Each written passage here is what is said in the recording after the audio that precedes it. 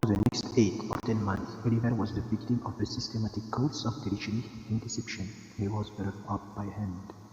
The hungry and destitute situation of the infant orphan was duly reported by the workhouse authorities to the parish authorities. The parish authorities inquired the integrity of the workhouse authorities, whether there was no family event domiciled in the house. There was in a situation to impart Oliver Twist, the consolation and nourishment of which he stood in need. The workhouse authorities replied with humility that there was not. Upon this, the parish authorities magnanimously and humanly resolved that Oliver should be formed, or in other words, that he should be dispatched to a branch workhouse some 3 miles off, where 20 or 30 of other juvenile operates against the poor louse rolled about the floor all day, without the inconvenience of too much food or too much kerosene, under the parental superintendence of an elderly family, who received the current at and for the consideration of 7 pence, halfpenny per small head per week. 7 pence halfpennies worth per week is a good round diet for a child. A great deal may be got for 7 pence halfpenny, yet enough to overload its stomach and make it uncomfortable. The elderly family was a woman of wisdom and experience. She knew what was good for children, and she had a very accurate perception of what was good for herself. So she appropriated the greater part of the weekly stipend to her own use, and consigned the lazy partial generation to even shorter allowance than was originally provided for them, thereby filling in the lowest depths with deeper still, and provide herself a very great experimental philosopher. Everybody knows the story of another experimental philosopher who had a great theory about a horse being able to lie without eating, and who demonstrated it so well that he got his own horse down to a straw a day, and would most unquestionably have rendered him a very spirited and impassive animal, upon nothing at all, if he had not died just 24 hours before he was to have had his first comfortable breath of air. Unfortunately for the experimental philosophy of the female, to whose protecting care Oliver Twist was delivered over, a similar result usually attended the operation on her system. For at the very moment when the child had contrived to exist upon the smallest possible portion of the weakest possible food, it did perversely happen in 8.5 cases out of 10. Either that it sickened from wind and cold, or fell into the fire from neglect, or got smothered by accident, in any one of which cases the miserable little being was usually simulated into another one, and there gathered to the fathers which it had never known in this. Occasionally, when there was some more than usual intensity in course, even a parish child who had been overlooked in turning up a bedstead, or inadvertently scalded to death when there happened to be watching, felt the greater accident was very scarce. Instant motion to a watching being of rare appearance in the farm. The jury will take it into their heads to ask some questions, or the parishioners would religiously affix their signatures to a remonstrance. But this impertinence was speedily checked by the evidence of the surgeon and the testimony of the pedant, the father of whom had always opened the body and found nothing inside, which was very probable indeed, and the latter of whom invariably swore whatever the parish wanted, which was very self-devotional. Besides, the third met periodical pilgrimages to the father, and always said the pedant the day before, to say they were going. The children were neat and clean to behold, and they cannot be expected would produce any very extraordinary or luxuriant crop. Oliver Twist's ninth birthday found him Paul, a child, somewhat diminutive in stature, and decidedly small in circumference, but matter of inheritance had implanted a good sturdy spirit in Oliver's breast. It had had plenty of room to expand, thanks to the sparse diet of the establishment, and perhaps this circumstance maybe attributed his highly any ninth birthday at all.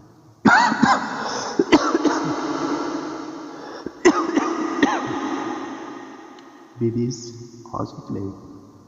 However, it was his ninth birthday, and he was keeping it in the coal cellar, with a select party of two other young gentlemen who, after participation, leading him in pursuit of the ship, had been locked up therein for atrociously presuming to be hungry, when Mrs. Mann, the good mother of the house, was unexpectedly startled by the apparition of Mr. Bumble, the bidder striving to undo the wicked ugly garden gate.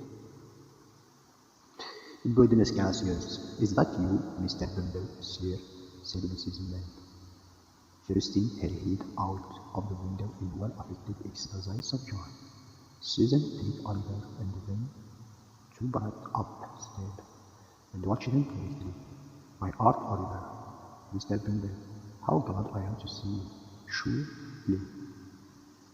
Now, Mr. Bumble was a fat man, and choleric one, so instead of responding to this open-hearted salutation in a kindred spirit, he gave the latter wicket a tremendous shake, and then bestowed upon it a kick which could have emanated from no but bidders. "Lord, only think," said Mrs. Mann, running out, for the three boys had been removed by this time. "Only think of that I should have forgotten that the gate was bolted on the inside. On account of them, dear children, walk in, Mr. Bumble, do see." Although this invitation was accompanied with a courtesy that might have softened the heart of a churchwarden, it by no means modified the bidder. "Do you think it is respectful or proper conduct, Mrs. Mann," inquired Mr. Bumble, grasping his cane, "to keep the parish officers waiting at your garden gate, when they come here upon parochial business, connected with the parochial ordinance? Are you aware, Mrs. Mann, that you are, as I may say, a parochial delegate, and a stipendiary?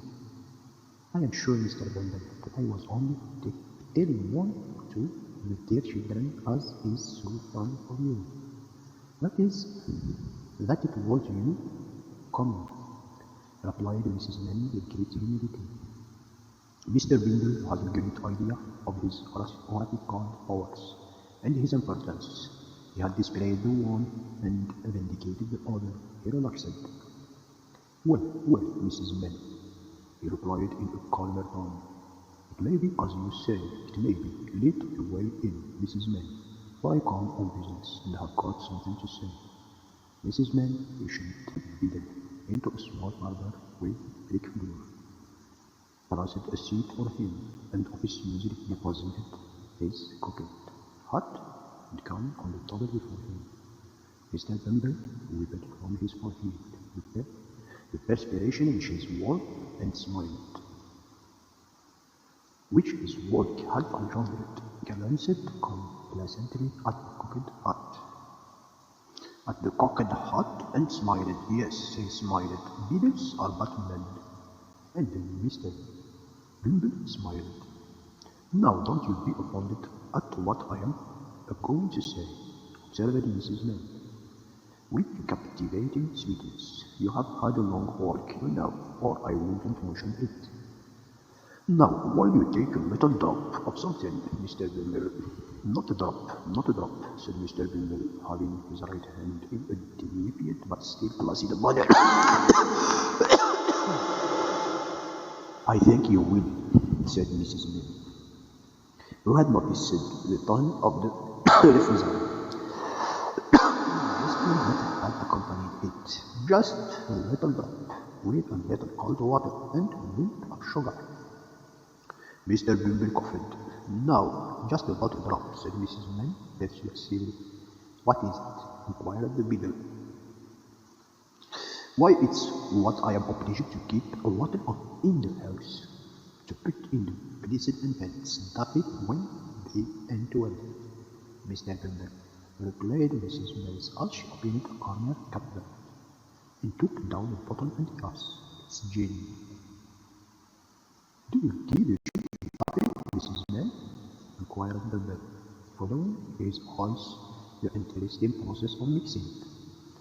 "Ah, bless them, that I do, dear as it is," replied the nurse. "I couldn't see them suffer before my bare eyes. You know, sir." "No," said Mr. approvingly. "No, you could not. You are a human woman, Mrs. Mill." Here she set down the glass. "I shall take the early opportunity of mentioning it to the bird, Mrs. Mill."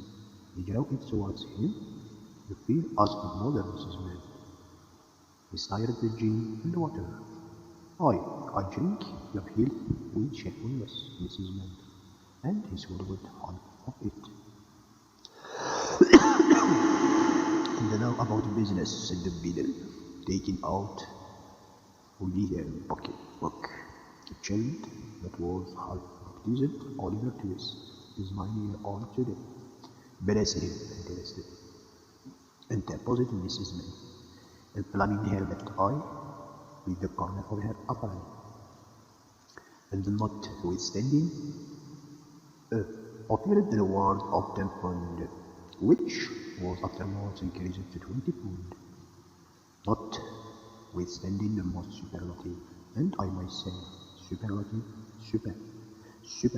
exertions on the part of the Spanish, said Bimble. "We have never been able to discover who is his father, or what is his mother, settlement, name, or condition." Mrs. Mill raised her hands in astonishment, but added after a moment's reflection, "How comes he to have animate all them?" The beadle drew himself up with great pride and said, "I invented it." "You, Mr. Bimble?" "I, Mrs. Mill. We named our foundlings in alphabetical order. The last was Ch2Vol. I named him. This was the Twist. I named him. The next one comes will be Win, and the next Bitkin. I have got names ready marked to the end of the alphabet, and all the way to the gate over. When we come to Z, why are you working here to literary characters here?" said Mrs. Bell. Well, said the beadle, evidently gratified with the compliment. Perhaps I may be, Mrs. Bell." He finished the gin and water and handed Oliver Bean now to all children here. "The bird have determined to have him back into the house, and I have come out myself to take him here, so let me see him at once." "I will fetch him directly," said Mrs. Mill, leaving the room for that purpose, and Oliver having by this time had as much of the outer coat of dirt, which encrusted his face and hands, the moment as Quintus period of involution was led into the room by his benevolent relatives. "Make a bow to the gentleman, Oliver," said Mrs. Mill. Oliver made a bow, which was laid between the beadle from the chair and the cooking hot from the oven. "Will you go along with me, Oliver?" said Mr. Bimble in a majestic voice. Oliver was about to say that he would go along with anybody with great readiness, when, glancing at once, he caught sight of Mrs. Mill, who had got behind the beadle's chair, and was shaking her fist at him with a furious countenance. He took the hint at once, for the feast had been so often impressed upon his body, not so deeply impressed upon his recollection. "Will she go with me?" inquired poor Oliver. "No, she can't," replied Mr. Gimble, "but she will come and see you sometimes." This was no very great consolation to the child, but young as he was, he had sense enough to make a feint of feeling greatly at going away. It was no very difficult matter for the boy to call the tears into his eyes. Ringer and recent ill usage are great assistants if you want to cry, and Oliver cried very naturally indeed. Mrs. Mann gave him 1,000 umbrellas, and what Oliver wanted a great deal more. Yes, bread and butter, lest he should seem too hungry when he got to the workhouse. With the slice of bread in his hand and the little brown cloth parish cup upon his head, Oliver was then led away by Mr. Gimble from Richard home, where one kind word or look had never reminded the beginning of his elephant years. And yet he burst into an agony of childish grief as the cottage gate closed after him. Wretched as were the little companions in misery he was leaving behind, they were the only friends he had. Even now, and a sense of his loneliness in the great white world sank into the child's heart for the first time. Mr. Gimble walked on with long strides, and the little Oliver, barely grasping his gold glazed cup, trotted beside him, inquiring at the end of every quarter of a mile whether they were nearly there. To which Mr. Gimble returned very brief and sluggish replies, for the temporary elements which gin and water, wakens and sombre souls had by this time evaporated, and he was once again beaten.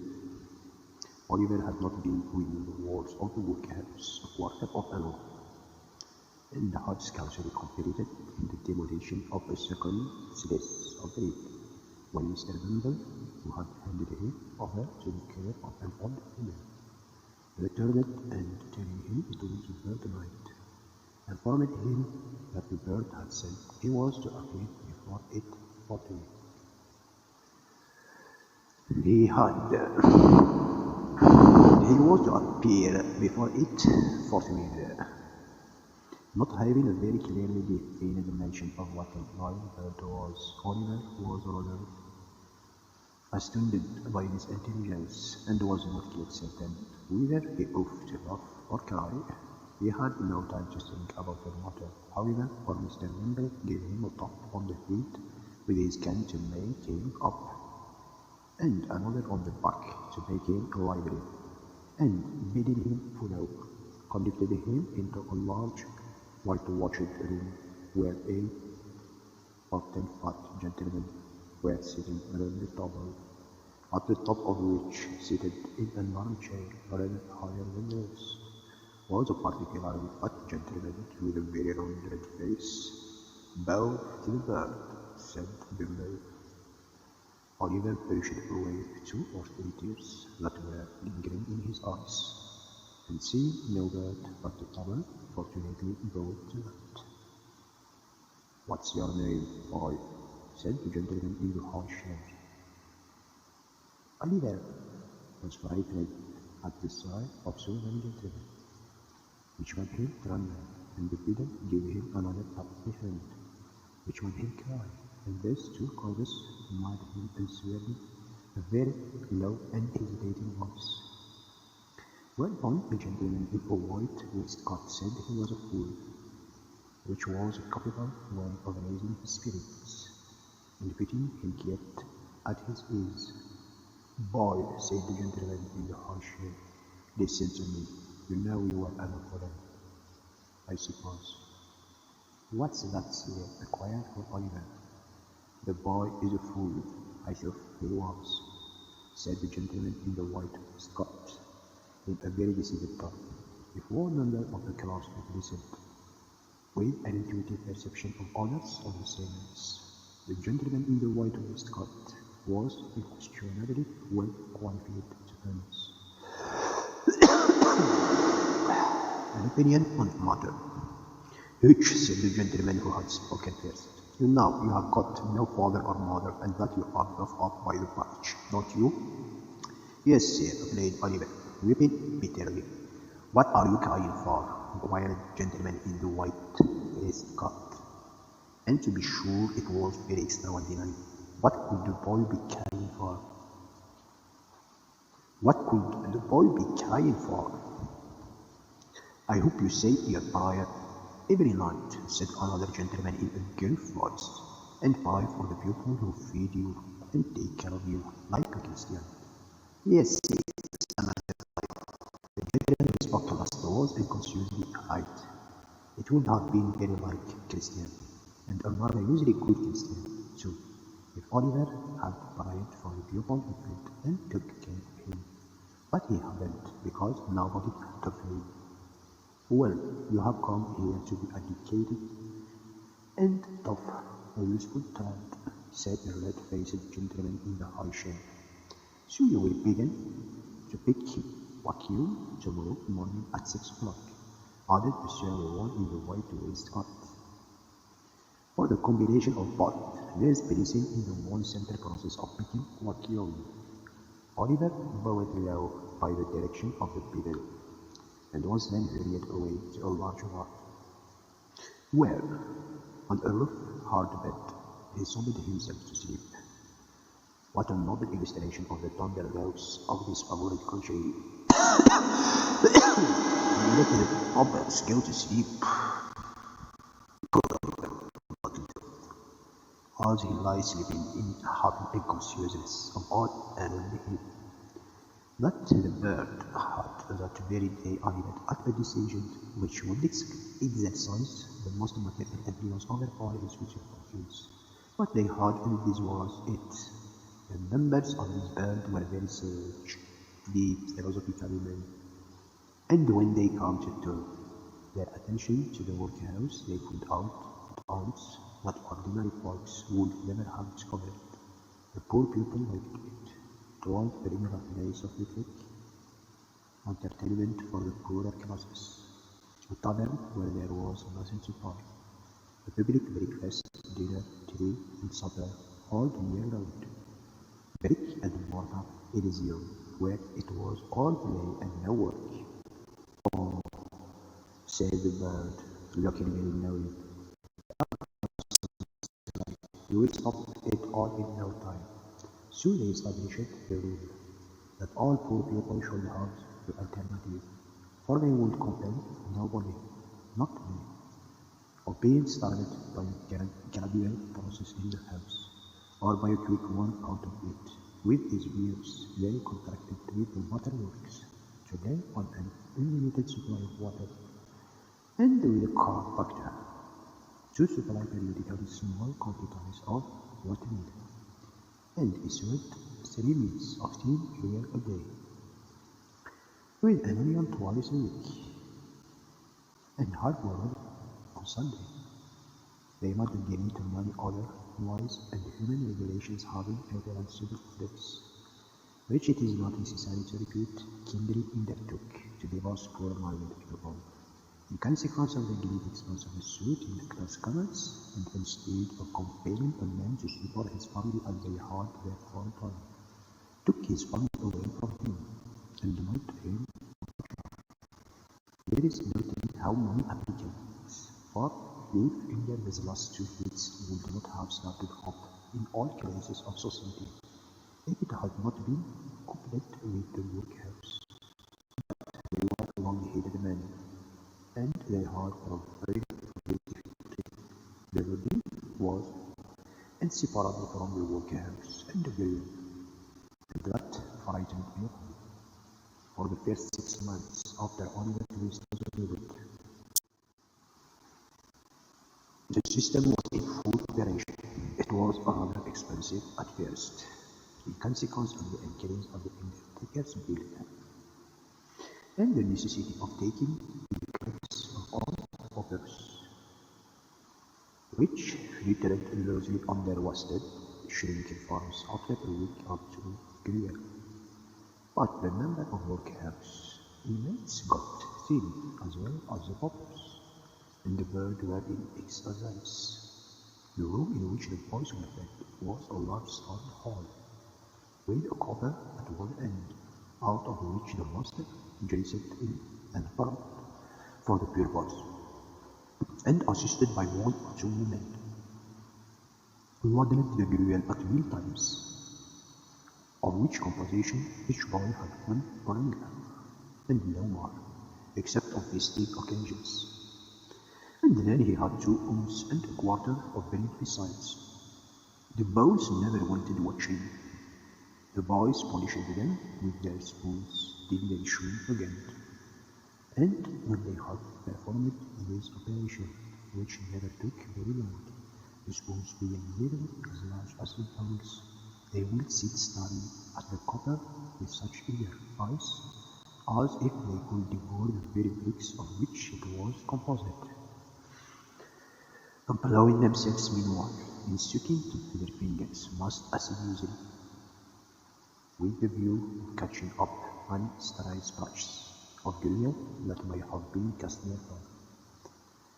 Boys are generally excellent at this. Oliver Twist and his companions suffered the tortures of starvation for 3 months. At last they got so voracious and wild with hunger that one day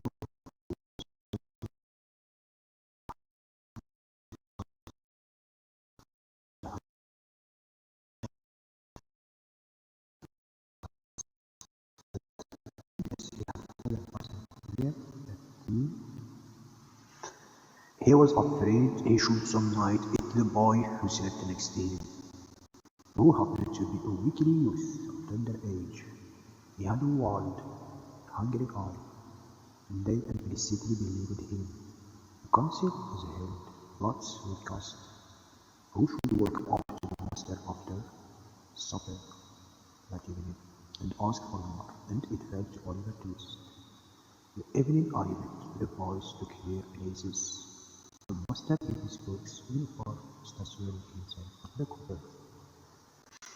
His other assistants arranged themselves behind him. The Gruyere was served out, and a long race was set over the short coats. The Gruyere disappeared, and the boys whispered each other and winked at Oliver, while his next neighbors, child as he was desperate with.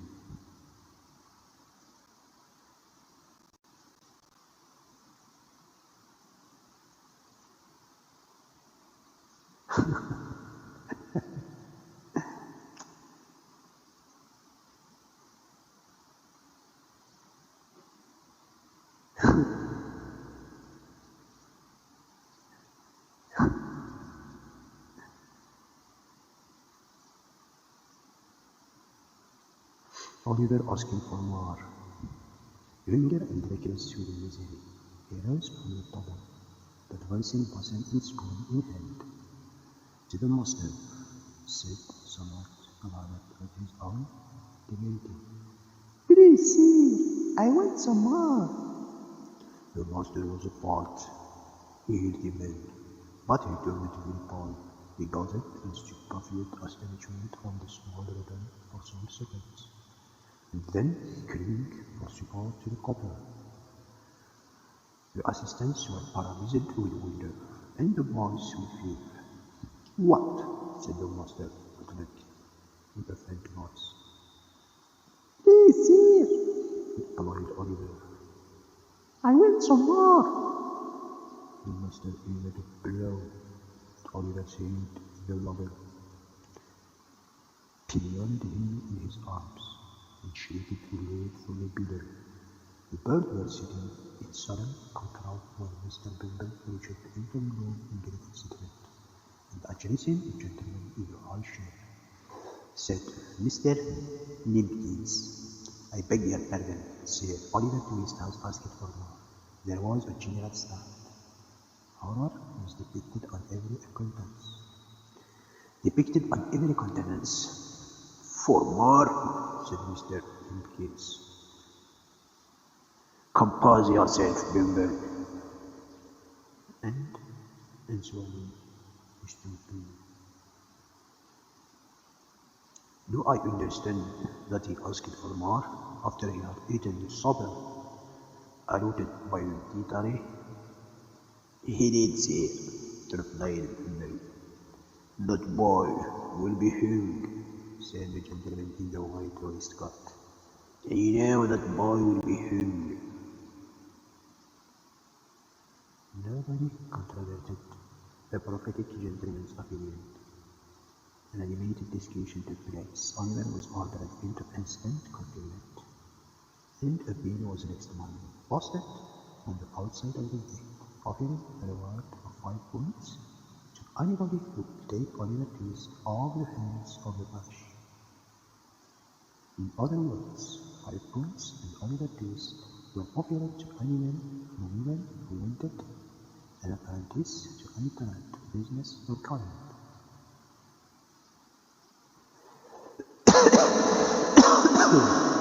"I never was more convinced of anything in my life," said the gentleman in the white waistcoat, as he knocked at the gate and read the bill next morning.